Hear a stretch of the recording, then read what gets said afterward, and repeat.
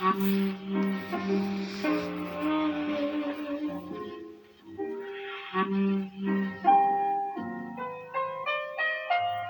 yeah, yeah,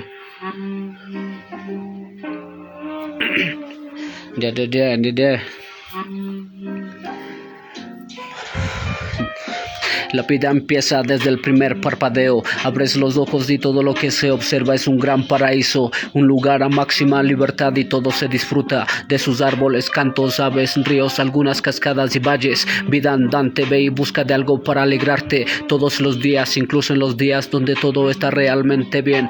Ve y disfruta de todos esos lugares. La vida es una, aprovecha hoy antes de que sea demasiado tarde. El tiempo escapa como también las oportunidades. Si ahora puedes, también más adelante. Sé fuerte con cada aprendizaje.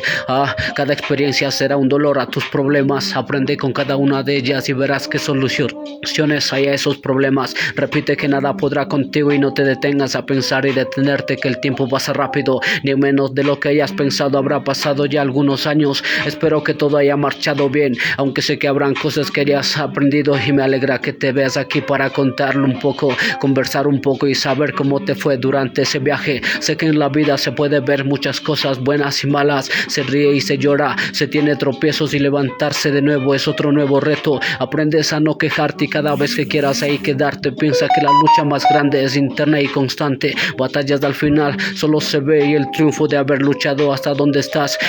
Ahí contento, sonriendo y más que agradable saber que una buena noticia te alegre al 100%. Es algo único y solo lo explica el corazón. Es verdad que cada mañana al despertar imagino muchas cosas, como su sonrisa al acercarse es como un sueño, una realidad que te hace soñar, te hace despertar. Cada palabra es un pequeño afecto hacia los demás, cada recuerdo es un pequeño instante en vida y lo recuerdas hasta el último día.